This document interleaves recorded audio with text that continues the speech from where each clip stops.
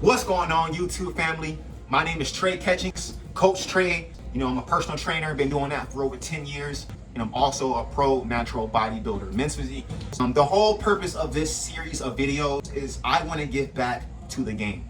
You know, bodybuilding and personal training has been really good to me, and I just want to give back that good energy, you know, because I remember when I first started personal training, there's a lot of stuff that I learned that wasn't in the books. That was just from pure experience, you know, and I know there's going to be new trainers getting produced all the time, and they need a source of information that they can use that's reliable. And I want to try to build a platform that can help a lot of people. You know, that's the whole purpose of this video. I want to be a valuable tool to the industry.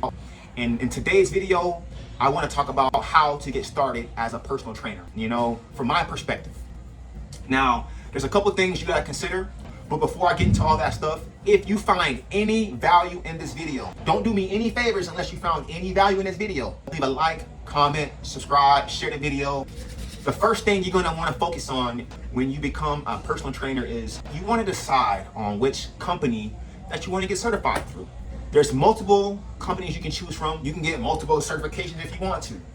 I personally started with ACE, but there's ACE, there's NASM, there's ISSA. I can keep naming so many organizations. The reason why I chose ACE first is because I believed in their message. You know, their message is to teach you how to progress different types of clients through different types of programs. ACE teaches you how to deal with older people, younger kids, athletes, or general adults, right? And I found that valuable because everybody's different. You know, everybody starts from somewhere.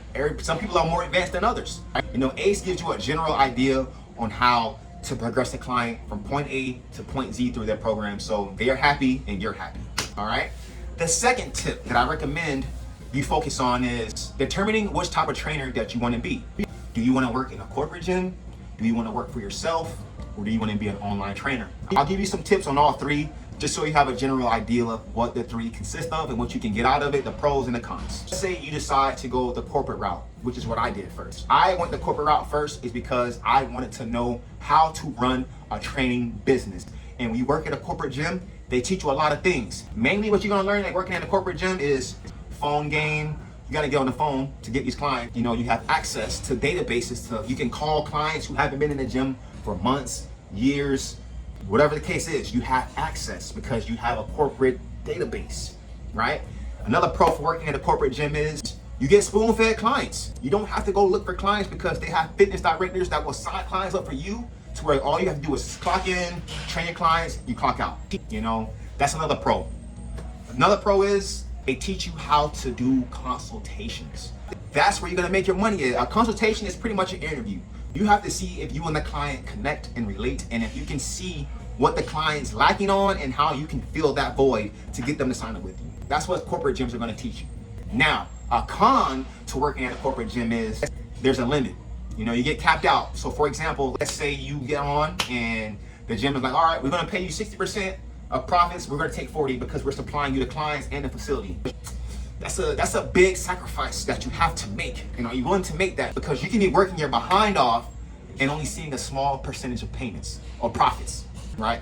So that's something that you have to decide if you want to do that long term, or you just want to start there, get a name for yourself, and then transition to independent training. That's what I did first. I was a corporate trainer for 1 month, learned the business, got out of there. I wanted to see my true potential and what I can do. All right. Now, let's say you decide, you know what, I want to go the independent route. I don't want to work in a corporate gym. And that's totally fine too. You can do that.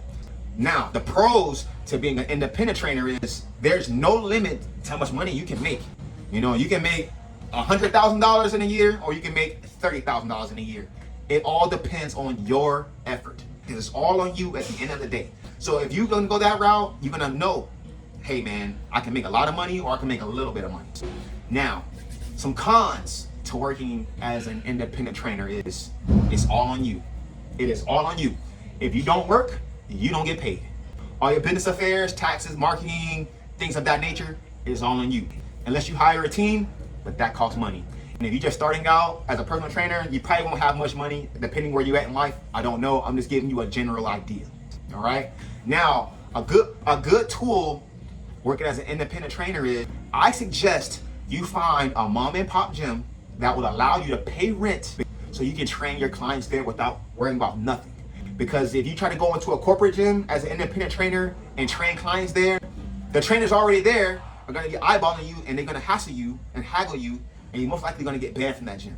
So I suggest you find a mom and pop gym that will allow you to pay rent so you can train your clients however you want to train your clients. You don't want to work in and work out with your clients because you're not being a trainer. You can't assess properly.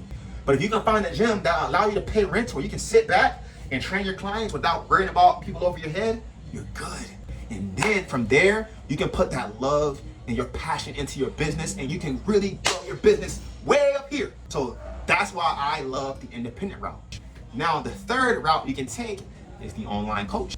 Now, the online coach, the pros to that is you can charge a cheaper ticket price and you can get a lot more clients. With a lot more clients, you can train them anywhere.